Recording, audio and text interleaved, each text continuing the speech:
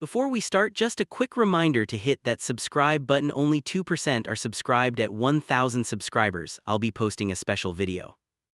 The dish hit the table so hard the gravy jumped. Forks froze halfway to mouths. My name is Emily, and I am 32.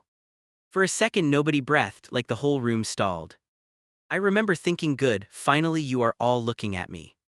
Mark jerked his hands back and his napkin slid to the floor. His mother pulled her wrists away from the splash and stared. His father muttered something low and stared down at his meat. No one reached for a towel, no one moved at all. I watched the sauce crawl across the cloth and it almost felt earned. "What the hell, Em?" Mark's voice cut through the silence. He did not shout, which somehow stung even more. I did not answer, I just adjusted the serving spoon. The handle rattled against the dish, and my fingers would not stop shaking. I let that tiny noise fill the room like a dare. His mother cleared her throat, small and offended. "These things happen," she said, eyes fixed on the stain. Her smile stayed tight, like she smelled something wrong under the table. "If you had taken your time, you would not be so flustered." The words landed soft but sharp enough to slice open the evening. I felt my jaw lock so hard my teeth hurt. I knew she wanted me to laugh it off and apologize. Most nights I would have done exactly that without thinking. Instead, I straightened up and set the spoon down hard. Every part of me yelled, "Do not back down this time." "I did take my time," I heard myself say. My voice came out calm, which scared me. "You have been picking at every single thing since you walked in." Her eyebrows lifted, like I had just cursed at a child. I could feel the whole table waiting to see if she slapped me down. Mark nudged my elbow under the edge and hissed, "Stop." He did not look at me, he kept his eyes on his mother. That hurt more than the little kick against my chair. I pulled my arm away and pushed my chair back a bit. The leg scraped loud enough that his sister flinched. "Emily, no one is picking at you," his mother answered. She folded her hands, perfectly composed above the ruined cloth. "We are just trying to help you improve these little things." She glanced at the dish like it proved her point. In my head, something snapped the way a wire finally snaps. "Right," I said, and I could hear the shake now. "Like when you said the appetizers were heavy and kind of lazy." Her son-in-law coughed into his drink and looked away fast. "Or when you asked if I followed any actual recipe tonight." Each line came out quicker, like cards thrown on the table. His father leaned back and exhaled through his nose. "Let's not make a scene over dinner," he muttered. That phrase always means sit down and take it quietly. Heat shot up my neck and my chest buzzed with anger. If this was not a scene already, I was about to make one. Mark finally looked at me, really looked. "Can we talk about this later?" he whispered toward his plate. "This is not the time, they just came to enjoy a meal." I laughed once, bright and ugly, across the table. "So this is me ruining dinner, not them tearing into me." His sister shifted in her chair and checked her phone. That tiny move felt like a slap in my face. I had rolled their silverware myself while she posted selfies. Now she would not even look up while I burned. I caught her eye and she dropped her gaze fast. "Emily, you are overreacting," his mother said, softer now. "That is not what anyone meant," Mark added, almost on cue. They were already rewriting the whole night in front of me. I could feel my heart pounding louder than their voices. If I backed down then, I knew I would hate myself. "Overreacting is dropping the dish on your head," I snapped. My hand rested flat on the table to keep it steady. "What I am doing is finally answering back."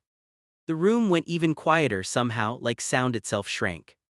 I saw the first flicker of real shock in their eyes. For a moment I saw myself from the outside. Mess on the table, guests staring, husband tense at my side. I knew I looked unhinged, the difficult wife who snapped. Part of me wanted to grab a towel and fix everything. The rest of me thought, no, let them sit in it. His mother's lips pressed together, thin and furious. "If hosting is too much, you do not have to insist." There it was, the little twist that made it my fault. My fingers curled into the table edge until they hurt. She was already framing me as the incompetent one in front of everyone. "I did not insist," I said, each word slow. "You asked me to have everyone here because your oven was broken." Her eyes flashed quick and guilty, then smoothed right back over. I watched Mark pretend not to notice that tiny flicker. That was the moment I realized I was completely alone at that table. Okay, that is enough, Mark said louder now. His chair creaked as he leaned forward over his plate. You are making a big deal out of nothing in front of my family. There it was. My least favorite phrase from his mouth. My hand stopped shaking and something inside me went very still. I turned my whole body toward him and away from the mess. The cloth, the dishes, the splatter faded behind his face. If this is nothing, I would hate to see something, I said. My voice did not rise, which made me sound colder. I watched his mother study me like I was a problem to fix. No one reached for the serving dish still sitting crooked. No one offered to help or move or clear a thing.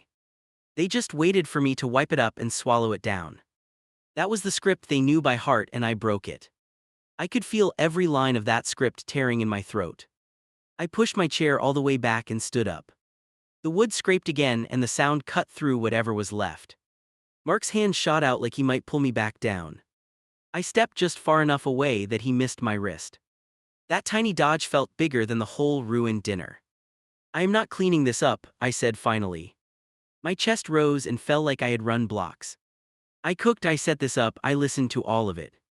You can deal with the rest yourselves.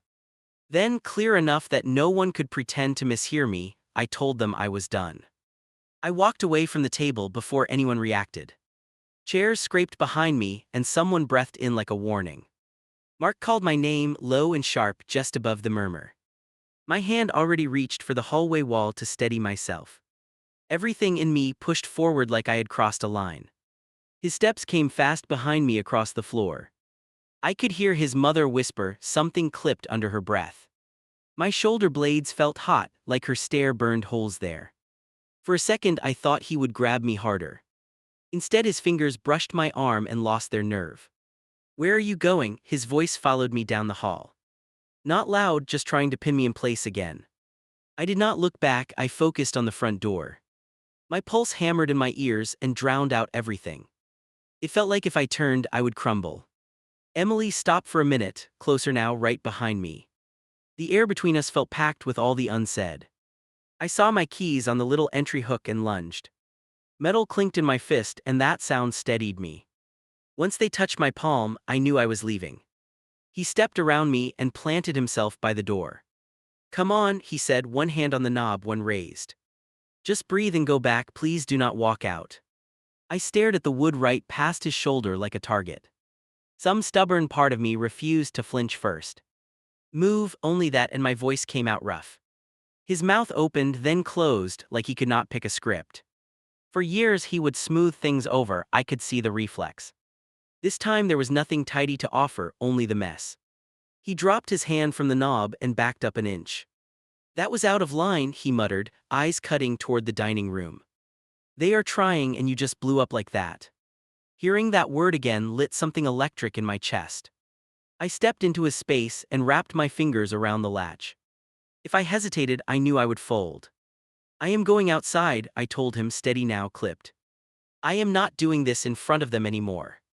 He exhaled through his nose and pinched the bridge hard. Fine, but do not drive, you are too wound up. That little order pushed me straight through the doorway. Cool night air hit my face like a splash. The house noise dulled behind me as the door swung shut. For a moment I just stood on the porch and shook. My hands trembled so badly, the keys rang together in my grip. I remember thinking, of course he is worried about the car and not me. I walked down the steps faster than my thoughts could catch up.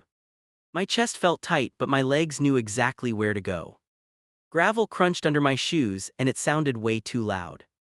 I aimed straight for the car and unlocked it on instinct. Each beep felt like another small, irreversible decision. I slid into the driver's seat and slammed it closed. The silence inside was thick and mechanical, not calm at all. My fingers fumbled on the ignition for a second, then caught. The engine turned over and hummed steady under my feet. Something about that noise made me feel less breakable. Before I could shift into reverse, the passenger door yanked. Mark pulled it open and leaned down, breathing hard, eyes bright. Turn it off, he said, knuckles tight on the frame. You are not thinking straight, you are going to do something stupid. The word stupid landed heavier than the accusation about my temper. I am fine, I stared straight ahead through the windshield. I am sitting in a parked car, that is all I am doing. He laughed once, humorless and shocked, like he did not recognize me. You just walked away from your guests, this is not normal. That line punched right into whatever doubt sent. Ill lived in me. I turned to him, and he actually drew back a little. Close the door or get in, those are your options right now. My hands were still unsteady on the wheel, but my voice held. He watched me for a few seconds, jaw working like he chewed on words. Then he shut the door just enough to keep talking through the gap. You are making this worse for yourself, his voice dropped lower. They are already upset, and you are feeding into their narrative. He knew exactly which string to pull with that word narrative. It meant the story where I am always too sensitive, always too much. I could feel myself locking up around that familiar cage. I reached for the gear shift and he slapped the roof once. Seriously, Emily, think clearly for a second, his voice cracked a bit. That tiny crack almost got me, I am not going to lie. I stared at his hand print on the roof and took a breath. Then I moved the car out of park, slow and deliberate. Back away, I told him, eyes on the mirror, not his face. If you stay right there, I cannot move without hitting you. For one awful moment, I pictured tapping the gas just to scare him. The image freaked me out enough that my stomach lurched. That was when I realized just how far past my limit I was. He stepped back with his palms raised like I had a weapon. I will tell them you needed air, he threw over the hood. As long as you come back in 5 minutes and apologize. That last word curled around my throat like a leash. My foot pressed down and the car rolled backward off the driveway. I turned onto the street and watched the house shrink in the mirror. No one came to the front window, no curtain moved for me. It hit me then that they might actually stay and keep eating. Like I was just some loud glitch in their pleasant evening. That thought hurt worse than any of the comments at the table. Once I reached the corner, I pulled over and parked crooked. My breathing had gone shallow and fast without me noticing. The steering wheel dug into my palms where I gripped too hard. For a few seconds I let my forehead rest against it and just shook. If anyone had seen me right then, they would have called me unhinged. My phone buzzed near the cup holder, over and over. At first I ignored it, focusing on the rhythm of my breaths. Another buzz, another, like tiny punches against the quiet cabin. I finally grabbed it and the lock screen lit up a row of alerts. 3 missed calls from Mark and a cluster of new texts. Group messages lit up from his family chat, names stacked in lines. I did not open those, I knew exactly how they would read. Words like embarrassing and dramatic and ungrateful replayed in my head anyway. I scrolled past them fast until I caught a different name. My sister's message sat at the bottom like a lifeline. You good? That was all she wrote at first. No emojis, no fluff, just that simple check-in. Then another text popped in right after before I could reply. Code blue or just annoyed, that was our shorthand. We had made it up years ago, back during another crisis. Seeing that phrase made my throat close in a strangely comforting way. At least one person on this planet believed my feelings needed categories. I stared at the screen while my thumb hovered over the keyboard. If I picked code blue, she would grab her keys within minutes. If I picked annoyed, she would stay home and crack jokes later. I typed erased, then typed again like 5 times in a row. Finally I wrote, I walked out of dinner and I am shaking. Her reply came back so fast it almost overlapped my bubble. On a scale from spilled drink to emergency room, where are you? That stupid little scale almost made me laugh right there. My eyes burned and my laugh turned into a sort of choke. I answered, somewhere between crying in the car and driving to Vegas. There was a beat, then her response filled the screen in 2 parts. Stay parked and breathe, I am on standby, you are not crazy. The last 3 words hit harder than anything Mark had thrown tonight. Right then, more notifications jumped in from an unknown number. It only took me a second to guess who it belonged to. Messages stacked up like someone had been typing non-stop back at the house. You walked out on my home, this is not acceptable, call me. I did not need a name to recognize his mother's tone in every line. My thumb hovered over that thread while my jaw clenched again. I knew exactly what would follow if I opened those paragraphs. A speech about respect, about my responsibility as a wife and hostess. A careful rewrite of the night that turned me into the sole villain. I backed out of the messages and let them sit there unread. Another call came in, Mark's contact flashing across the top. My finger almost hit except out of old habit, pure reflex. Instead I let it ring until voicemail grabbed it away. A new text followed right after, longer than the others tonight. You are Ska. Ring everyone and embarrassing yourself, come back and we will fix this. That line did something sharp inside my chest, sharper than before. I opened a reply window and my fingers flew on their own. I started typing, I am not your child and I am not broken. My thumb hovered over send, my heart pounding so hard it hurt. Then I deleted the whole thing and drew in one shaky breath. Instead I wrote, I am safe, I will be home later, do not text me again tonight. Short clipped, almost businesslike, which made it land even stronger. I sent it before I could rethink a single word in that line. 3 dots blinked from his side of the screen, then vanished. No answer came after that, which almost rattled me more. I sat there with the engine still running and watched the clock. 5 minutes slid by, then 10, then more than I really meant. Headlights passed now and then, making quick streaks across my dashboard. Every time I saw another car, I half expected it to be him. Part of me wanted him to show up, part of me wanted to vanish. Somewhere in that stretch of time, my pulse finally slowed a little. Not calm, not even close, just less like I was about to explode. I could actually feel the seat beneath me and the wheel in my hands. That is when another thought slipped in, quiet but heavy. If I turned around now, they would all act like this never happened. I knew exactly how it would go if I pulled back into the driveway. Polite smiles, stiff voices, maybe a joke about needing a walk. They would tuck my outburst into some private folder labeled proof. Next time any tension came up, they would drag tonight out as ammunition. The idea made my stomach twist harder than staying away. I typed my sister one more update before moving the car. Still in the car, not going back in, I wrote slowly. She responded, good, do not walk into another firing squad, call me when you get home. The word squad fit the evening more than anything else so far. Reading it, I knew I would remember this drive much longer than that dinner. I parked in our driveway crooked enough to trigger the sensor. The garage light blinked on, harsh and sudden over the hood. For a moment I stayed in the seat and watched the door. I kept waiting for it to swing open like he had read my mind. Nothing moved, which somehow felt worse than a confrontation.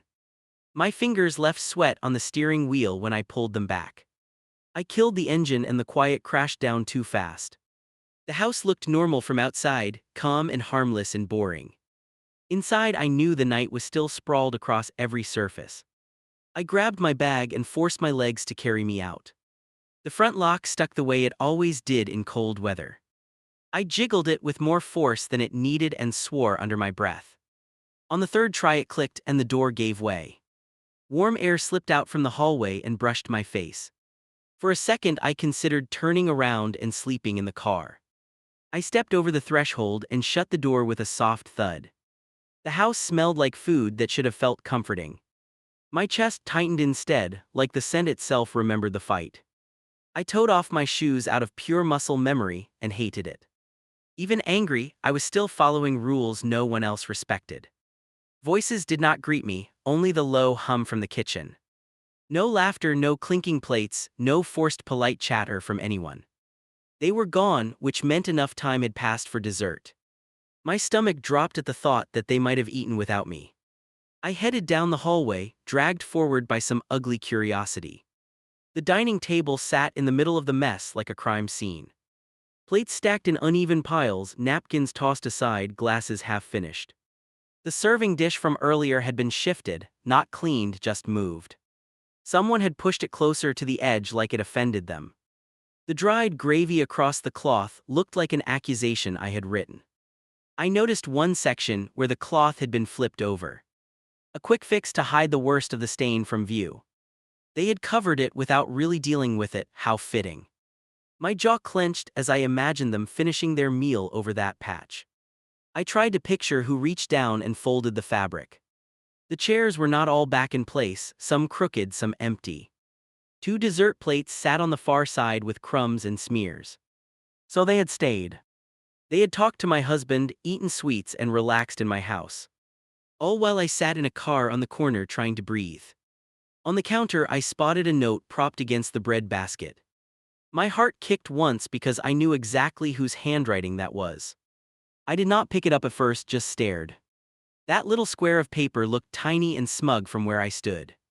I finally reached for it because not knowing felt worse. The message was short, tidy, and full of politeness.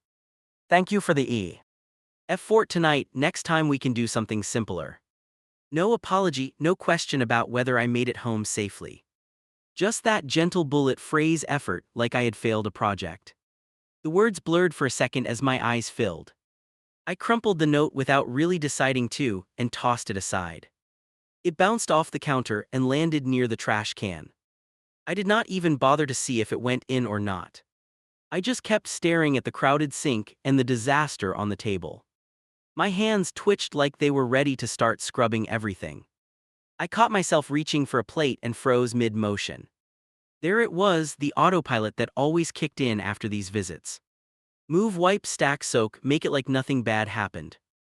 My fingers tightened around the ceramic before I could set it down. Anger flooded back in, stronger than the urge to make things neat. No, I said out loud to an empty room. The word dropped between the chairs and echoed back at me. I placed the plate down harder than necessary and stepped away. Every cell in my body wanted the scene cleared and sanitized. I folded my arms instead and let the mess stare back. My phone rattled inside my bag and broke the standoff. I dug for it with clumsy hands and finally got it out. My sister's name filled the screen with an incoming call. I answered before the second ring because I suddenly needed another voice. Just hearing her breathe made my shoulders loosen a fraction. Well, she started, tone cautious but ready for anything. Are you home or halfway to some other state right now? I let out a short, rough laugh that surprised both of us. I am in the kitchen, I said, eyes on the wrecked table. And it looks like strangers hosted a war here without me. What did you walk into? She asked, muffled as something moved on her end. I described the plates, the flipped cloth, the untouched sink. Not with detail, just the basics, because even that hurt. She whistled low when I mentioned the note from his mother. That woman would leave a review on your funeral, she muttered.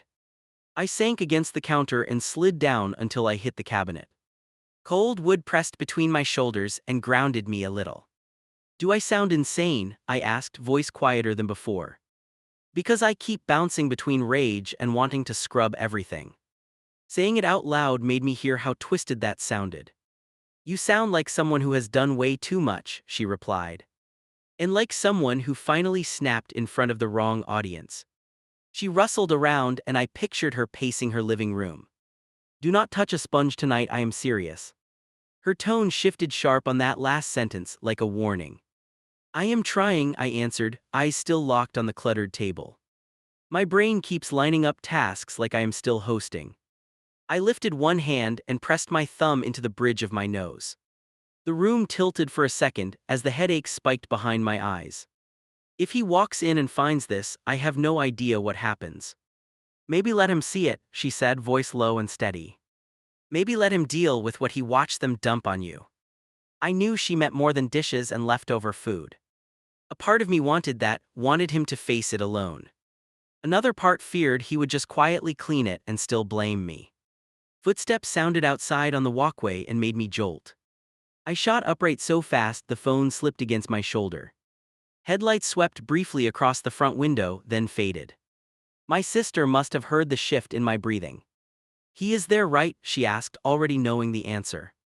I peeked toward the hallway and saw the knob turn once. Yeah, I whispered, bracing without even meaning to. Do you want me to stay on? She offered, tone turning gentle. I shook my head, then remembered she could not see it and forced words. No, I need to handle this, I will call you after. Remember, you do not owe anyone a performance right now, she reminded. Not even him, not tonight, not after all that. The lock clicked and the door opened while she was still talking. I hear it, she said quickly. I love you, do not apologize first. The call ended before I could reply, which somehow helped. The hallway light snapped on and washed over the entry. Keys jingled, then hit the table by the wall with a dull clack. He exhaled hard, out of sight, like he had been holding it in. I flattened my palms against the counter edge to stop them shaking. Every sound felt louder than usual, like the house itself was listening. He walked into the kitchen and stopped just inside the doorway. His gaze went straight to the table, then to the sink, then to me. We stared at each other for a few seconds that stretched way too long. His shoulders sagged a little when he realized nothing had been touched. I watched him try to decide which problem to address first. "You left," he started, voice rough from talking or arguing somewhere else. "And you never picked up any of my calls after that." I stayed quiet, letting the truth of that float between us. He rubbed the back of his neck and looked back at the table. "They were worried, you know that, they kept asking where you were." I swallowed hard and tasted metal at the back of my tongue. "They finished dinner here without me," I said, not even a question. He winced slightly, which told me everything his words might have softened. "They did not understand why you walked out like that," he answered. He did not add that he had probably not explained it either. I stepped away from the counter and toward the table debris. "I see they understood enough to eat dessert," I remarked. My hip brushed a chair that had not been pushed back in place. The small bump sent a fork clattering to the floor by my foot. We both looked down at it like even the utensils were judging us. "They almost left earlier," he said, bending to pick it up. "Dad wanted to, Mom asked to stay and talk things through." He straightened and held the fork like he did not know where to put it. "I convinced them to give you some space first to let you cool off." He finally dropped the fork onto an empty plate with a soft clink. That phrase, "cool off," hit me square in the chest. Like I was the only heat source anywhere near this evening. "So you talked about me while I was gone," I replied. I heard my tone go flat, which never meant anything good. "Did anyone ask why I might not want to sit here anymore?" "They were hurt," he insisted, taking a step closer, palms open. "You left them in the middle of a meal, that is harsh." His choice of words made my jaw tense, harsh, not provoked. I pointed at the note still crumpled near the trash can. "Your mom leaves that and I am the brutal one," I said. He followed my hand and spotted the ball of paper on the floor. He bent, smoothed it out, and read the lines silently. A frown pulled at the corner of his mouth as he reached the end. "It is not the best wording," he admitted after a beat. But she was trying to keep things from escalating. That was after I shot back, heat flushing down my arms. "After she picked at everything I did and you just sat there." I caught myself because I was about to replay every comment from dinner. This chapter of the night already had enough fuel without that list. I pressed my lips together and let the unfinished sentences hang. He set the note down on the counter and leaned against the corner. "You are acting like we lined up to attack you on purpose," he said. It was an awkward moment, and you slammed a dish like a grenade. I flinched at that word even though it was not totally unfair. "That is what they are going to remember from tonight." "I remember something else," I answered, voice low but firm. "I remember you watching me walk out and not following until the hallway." I gestured around us toward the plates and glasses and overturned cloth. "And now I am standing in the wreck from their fun little evening." Saying it out loud made my face flush, anger and shame tangled tight. He pushed off the counter and moved toward the sink with purpose. "Let me deal with this at least," he said, grabbing the nearest dish. "You have had a rough night, go sit down, I can clean." The offer might have sounded kind to anyone else hearing it. To me it felt like yet another way to move past what mattered. "Stop," I told him, sharper than I planned, and he froze mid-reach. Water had not even started running yet, everything still in limbo. "If you wash this now, we just pretend none of it happened." My voice wobbled at the end, which annoyed me more. "I need you to stand here with me and look at it." He let the plate back onto the counter, softer this time. "What do you want me to say?" he asked, sounding tired now. "They upset you, they crossed a line, is that what you need?" The way he rattled off those points made them feel scripted. Like he was reciting what a neutral person might say, not him. I stepped closer until we faced each other on opposite sides of the table. My hands found the chair back and curled around it for balance. "I need you to stop acting like I blew this up alone," I replied. My throat tightened, but I pushed through the burn in my chest. "I need you to admit that they treat me like I am on probation." He blinked at the word and looked briefly toward the hallway. When he met my eyes again, the mask had slipped a little. They are rough around the edges, I know that, he admitted. But they are my parents, they do not mean harm, they never do. There it was again, that reflexive shield that always went up for them. I laughed once, a short sound with no humor in it. Intent is not a magic pass, I said, each word slow and careful. They do not get to poke at me all night and then clutch pearls. My chest shook with the effort to keep my tone even. And you do not to hide behind, they do not mean it anymore. He dragged a hand down his face and groaned under his breath. You are making it sound like I am against you, he muttered.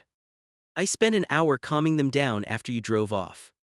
He stared at the table while he spoke, not at me. Do you have any idea how that looked, you peeling out like that? So your priority was their image, not my nerves in the car, I replied. The idea of him comforting them while I sat alone hit hard. I pictured him patting his mother's shoulder and explaining my behavior. That picture twisted something deep inside me I had been ignoring. I realized where I truly ranked in that house tonight. He finally snapped his eyes back up to mine, defensive edge rising. This is not a competition, he said, voice climbing a notch. You do not get a prize for who suffered more during dinner. He gestured wide at the room, nearly knocking a glass over. We all had a terrible night, can we agree on that part? I let his question hang for a moment and listened to my own heartbeat. I am sure they will recover, I answered, tone steady now. Your mom has a note ready for the next holiday already. I tilted my head, studying his face, searching for any crack. Will I recover, though, if nothing changes after this? He opened his mouth, then shut it like the answer stuck halfway. The silence between us grew heavy, thicker than the air in the room. He looked at the table, then back at me, then at the sink. For once he did not rush to patch the moment with some line. Watching him hesitate scared me more than his earlier anger. I do not know what you want from me tonight, he said finally. That is the truth, I am not even trying to spin it. He shoved both hands into his pockets like he needed to hold himself together. You walked out, they freaked out, now you are looking at me like a stranger. Each point landed like a small hammer, not loud, just relentless. I leaned my weight into the chair and felt the wood press back. I want you to stop treating me like the problem, I said. Just for 1 second, I want you to see what they did too. My eyes burned, but I kept them on his, refusing to blink first. If you cannot do that, then we are not on the same side. He dropped his gaze to the floor and stayed there, unmoving. The clock in the other room ticked louder than our breathing now. I half expected him to walk out again, slam another door, disappear. Instead he turned, walked to the hallway, and paused without looking back. I am going to bed, he said, voice hollow, you do what you want. I watched him leave, his shoulders rounded, his steps slow and uneven. The light from the hallway spilled across the kitchen for a moment. Then it clicked off and the house slipped back into that unnatural quiet. I stood in the middle of the chaos we had built together tonight. I left every plate where it sat, for once letting the wreck stay exactly as it was. Metal clanked in the kitchen and pulled me out of sleep. I was curled on the couch with a blanket half twisted under me. My back protested when I sat up too fast and looked around. The light over the sink was on and water was running. For 1 stupid second, I hoped it was anyone but him. It was him.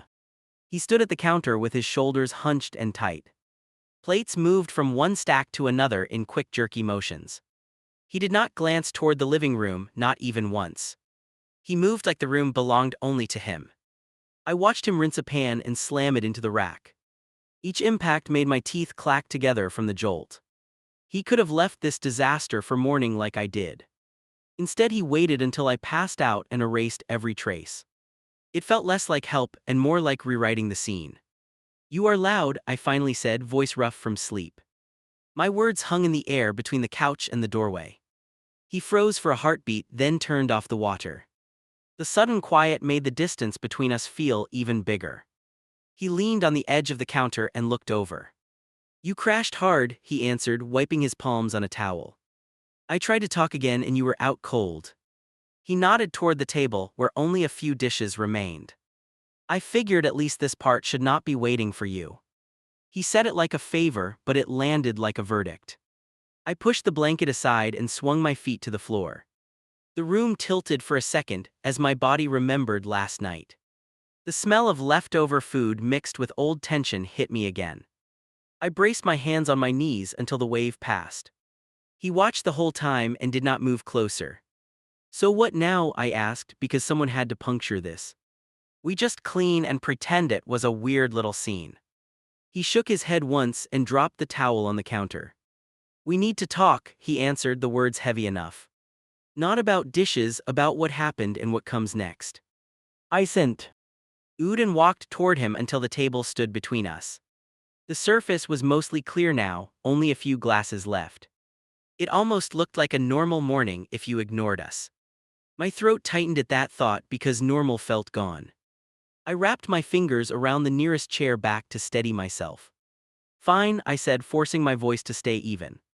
"Let us talk before someone else decides how this story goes." His mouth twitched at the word story like he wanted to argue. Instead, he jerked his chin toward the living room. "Couch," he muttered, already heading that way. I followed him, but slower, like my feet weighed double. The couch cushions still held the shape of where I had slept. He took the armchair across from me and leaned forward. Elbows on his knees, hands clasped, eyes fixed on the floor. That pose always meant I am trying to keep control here.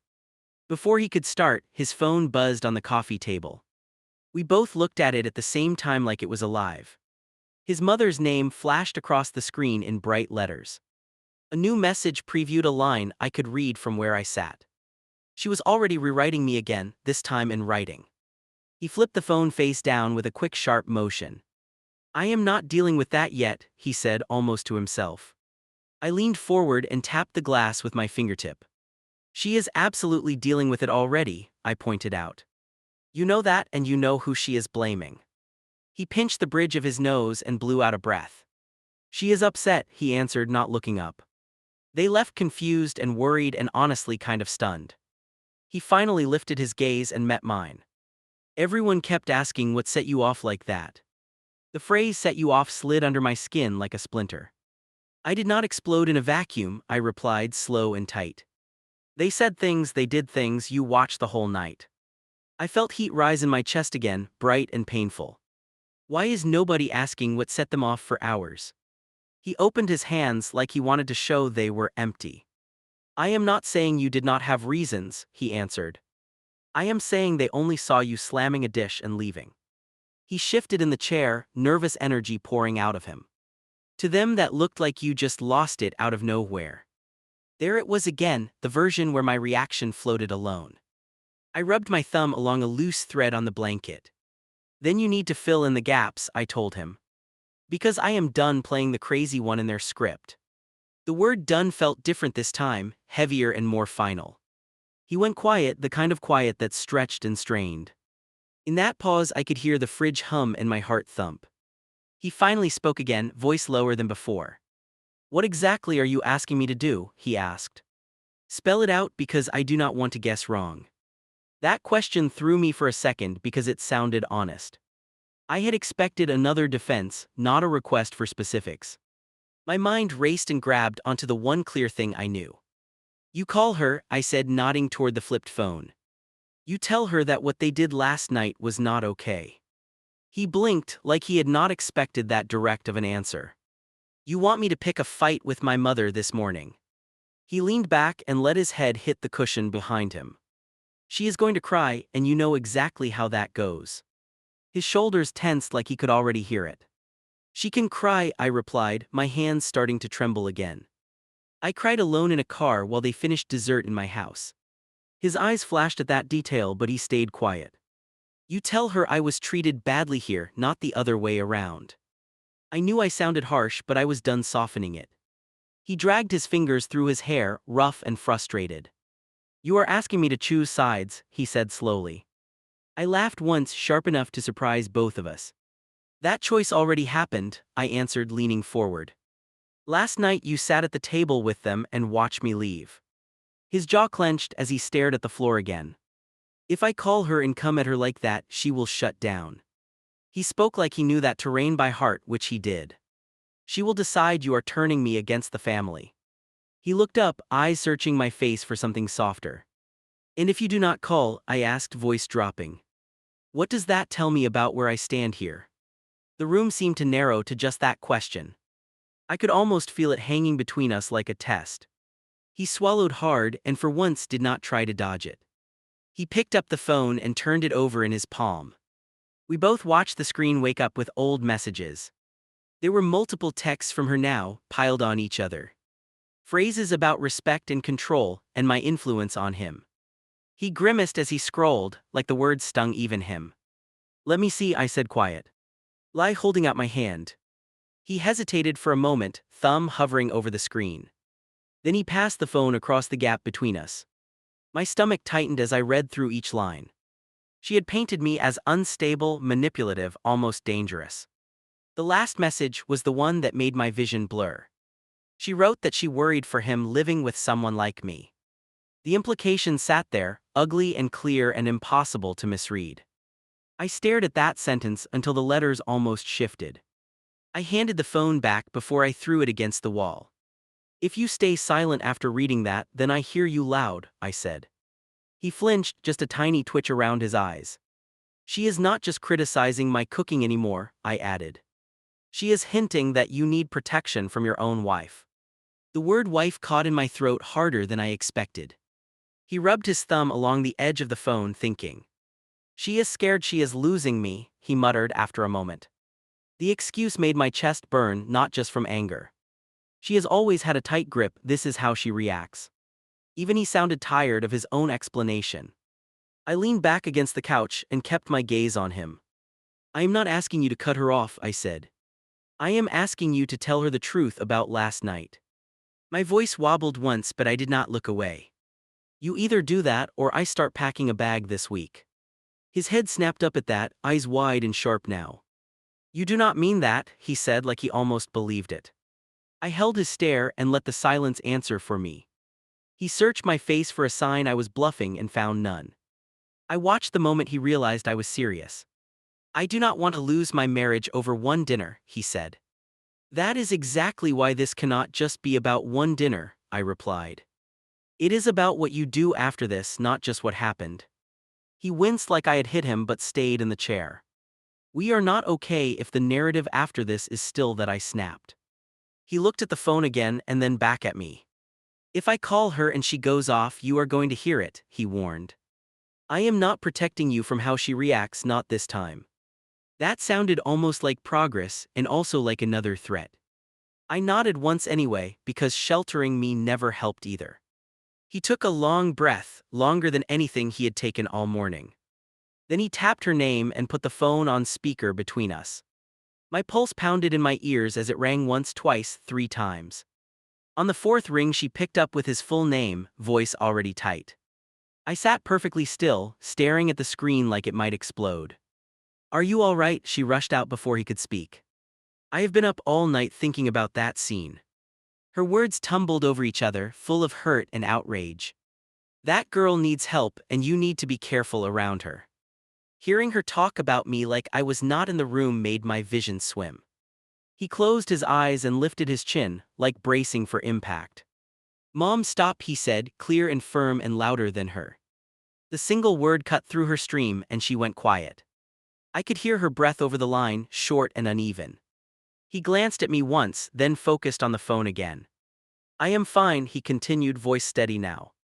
"I am not afraid of my own wife, and you do not get to say that." There was a sharp inhale on her end, like she could not believe it. "She reacted to how she has been treated in this house," he added. "Last night did not come out of nowhere, even if you want to think that." She tried to interrupt, I could hear her name for him starting.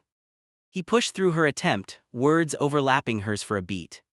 "You do not talk about her like she is some threat," he insisted. "You came into our home and picked at her all evening." His hand shook a little where it rested on his knee. Silence stretched on the line, so thick I could taste it. When his mother finally answered, her tone had shifted. "I am your mother," she reminded him, slow and wounded. "I am allowed to worry when I see you with someone volatile." Her definition of volatile made my fingers dig into the cushion. He shook his head and stared at the ceiling like it helped. "What you saw was someone pushed past their limit," he replied. "She is not perfect, but neither are you, and you went too far." He swallowed hard after that, like the words cost him. You owe her an apology for how you treated her in our home. My heart slammed so hard I could feel it in my throat. I had imagined this scenario 1,000 times and never believed it. Hearing him say you owe her still felt unreal, even then. On the line, his mother did not answer right away. The pause said more than anything she could have shouted. I will not apologize for worrying about my son, she said finally. That woman embarrassed us in front of everyone and stormed out. She emphasized womanly. It was some stranger he had dragged in. If you choose to defend that kind of behavior, that is on you. Her words landed like cold stones across the coffee table. He closed his eyes again and let out a long breath. I am choosing my marriage, he answered, quiet but firm. If you cannot respect my partner, then we need some distance. There it was, the line I had never actually thought I would hear. I gripped the cushion so hard my knuckles hurt. She started talking again, fast and desperate, throwing out memories. He pulled the phone off speaker and held it to his ear. I could still catch fragments, guilt and history and fear mixed together.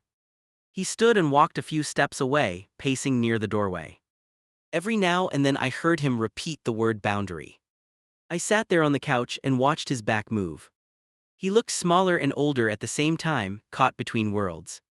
Part of me ached for him, even in that moment.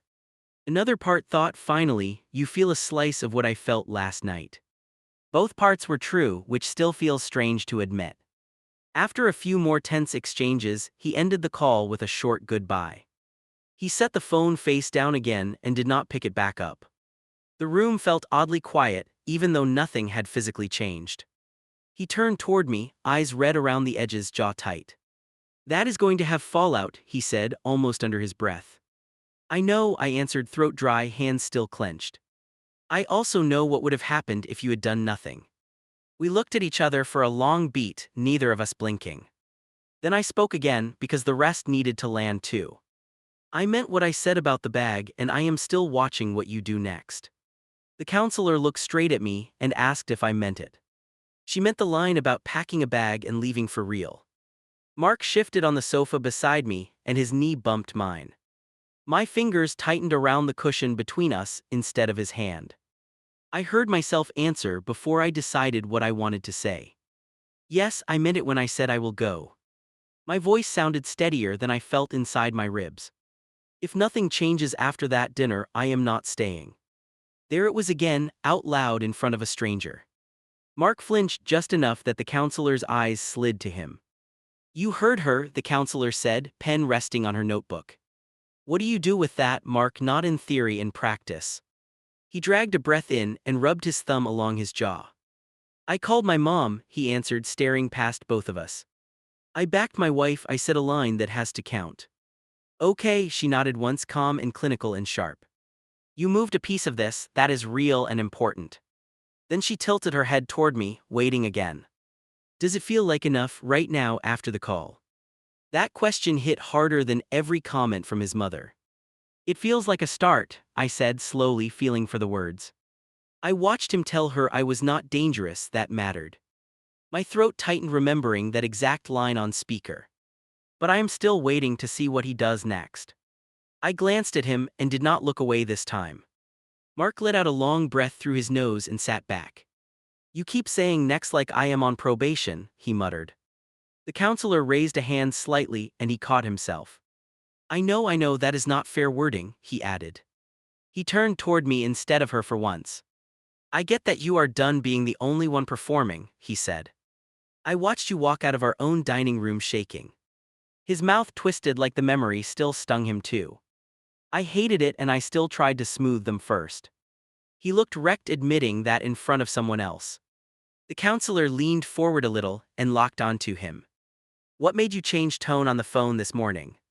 He hesitated, then shrugged with one shoulder, almost embarrassed. She went from criticizing dinner to implying I was in danger, he said. I heard it and thought, if I let that stand, we are done. Hearing him use my word done made something shift in my chest. I watched his hands, they were shaking more than mine now. The counselor caught it too and softened her next question. What do you need from him today, she asked me. Not next month, not in some dream future, today and this week. I stared at the carpet for a second and then looked up. I need him to stop treating this like a rough patch, I answered. This cannot be a phase we ride out and forget later. I pressed my palms together hard to keep from pacing. I need him to accept that we either change how his family works with us or I leave. The counselor nodded once, like that landed exactly where she expected. She turned to him, eyes steady, voice still even. Can you live with that condition, Mark, without resentment later? He swallowed, Adam's apple jumping, and stared at his hands. If the sea hoists that or watching her disappear, yes, he said. The session wrapped after a few more targeted questions and assignments. Nothing magical happened, there were no hugs, no neat resolution. She gave us a worksheet on boundaries that I wanted to burn. We scheduled another appointment anyway, 2 weeks out, same time. Walking out of that office felt less like healing and more like truce. In the parking lot, he clicked the car, unlocked, and waited. Do you want coffee? He asked, voice cautious, eyes searching. Yes, but not with you acting like nothing happened, I answered. He winced like I had slapped him across the face in public. Then tell me what different looks like, he said, opening his door. Different means no visits until I get an actual apology, I replied. Not a note about effort, not a text with backhanded lines. The phrase actual apology hung in the air between us. His hand tightened on the top of the door as he nodded. They already asked about coming by this weekend, he admitted. Of course they had. The world could be on fire, and his mother would still plan brunch. What did you tell them? I asked, climbing into my seat slowly. He took a breath before answering, which told me enough already. I said I would check with you, he confessed, eyes closing briefly. That is not neutral, I said, buckling my belt with shaking hands. That makes me the one blocking the happy family visit. He tapped his fingers against the steering wheel, restless. I did not want to promise anything without talking to you, he said. I thought that was progress, maybe it landed wrong. I stared out the windshield at nothing and counted to 5. Here is what you tell them, I said finally.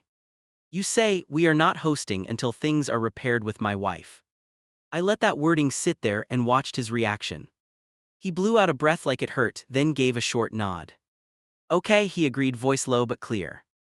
I will send that message when we park, not later tonight. That last part mattered more than he realized, and he saw it. Not after I warm them up, not after I soften it, he added. I get why that would feel like I am still playing both sides. We drove in silence for a few minutes, the good kind. My phone buzzed in my lap and I glanced down. A text from my sister popped up with a single word. Well, crossed the line yet or still circling it? I almost laughed, which felt like new oxygen. I typed back while we hit a red light. Therapy done, he told his mom. I am not a threat, will explain later. She answered with 3 words that hit deeper than any session. I am proud finally. That approval from someone who actually knew me loosened something inside. Back at the house, we moved slower than usual through the door. He headed for the kitchen counter and grabbed his phone. I watched him type the boundary text we had rehearsed in the car. He read it out loud so I could hear every word. Then he held his thumb above send and glanced at me. No edits, I said, crossing my arms to keep from intervening. No extra lines about understanding, no invitation to call and vent. He nodded once and pressed the screen with a firm tap. The message shot off into the family thread and disappeared. He set the phone down and stepped back like it might spark. It buzzed almost immediately, no surprise there. I could see his mother's name and a string of replies arriving. He did not open them right away, which shocked both of us. Instead, he turned away and started loading the dishwasher. The clink of plates sounded almost calm for the first time. Do you want to see what she wrote? He asked after a minute. Part of me did, part of me wanted to live in ignorance. Not right now, I answered, leaning against the fridge for support. If it is cruel, I do not have capacity, not today. He nodded and tucked the phone under a folder on the counter. Hours later, while he showered, curiosity chewed through my resolve. I did not touch his phone, I grabbed my own instead. I opened a blank note and then closed it. The restless energy in my chest needed somewhere else to go. That is when the idea of posting the story actually stuck. I had read enough posts to know the pattern and rhythm. You lay it out, you ask strangers if you are the villain. Sometimes they cheer, sometimes they drag you, sometimes both. The thought of anonymous feedback scared me and also pulled me. I opened the app and tapped on the new post button. My fingers hovered over the keyboard for a long moment. Then I started typing the heading exactly like it sat in my brain. I blew up at my husband and his family after bending over backwards. Each word dropped into the box with a tiny thrill of panic. Seeing it written made the whole night feel both bigger and smaller. I wrote the dish moment first, the way the table rang. I wrote the car, the messages, the note near the trash. I wrote about him calling his Mo, her, and drawing a line. I left out tiny details that would point to us in real life. Every sentence felt like pulling a splinter I had lived with for years. Are you really going to ask the internet? My inner critic whispered. Like that would somehow be worse than what had already happened. Honestly, I wanted someone outside our echo chamber to react. I wanted to know if walking out had made me a monster. Or if any other spouse had ever stared at a table like that and thought, enough. When I finished, I did not post right away. I saved it in drafts and set the phone face down on the couch. My heart pounded like I had just dropped the dish again. Mark walked back into the room with damp hair and tired eyes. He dropped beside me and left a careful gap between us. She wrote back, he said after a beat, staring at the ceiling. She said she needs time and that you hurt her deeply.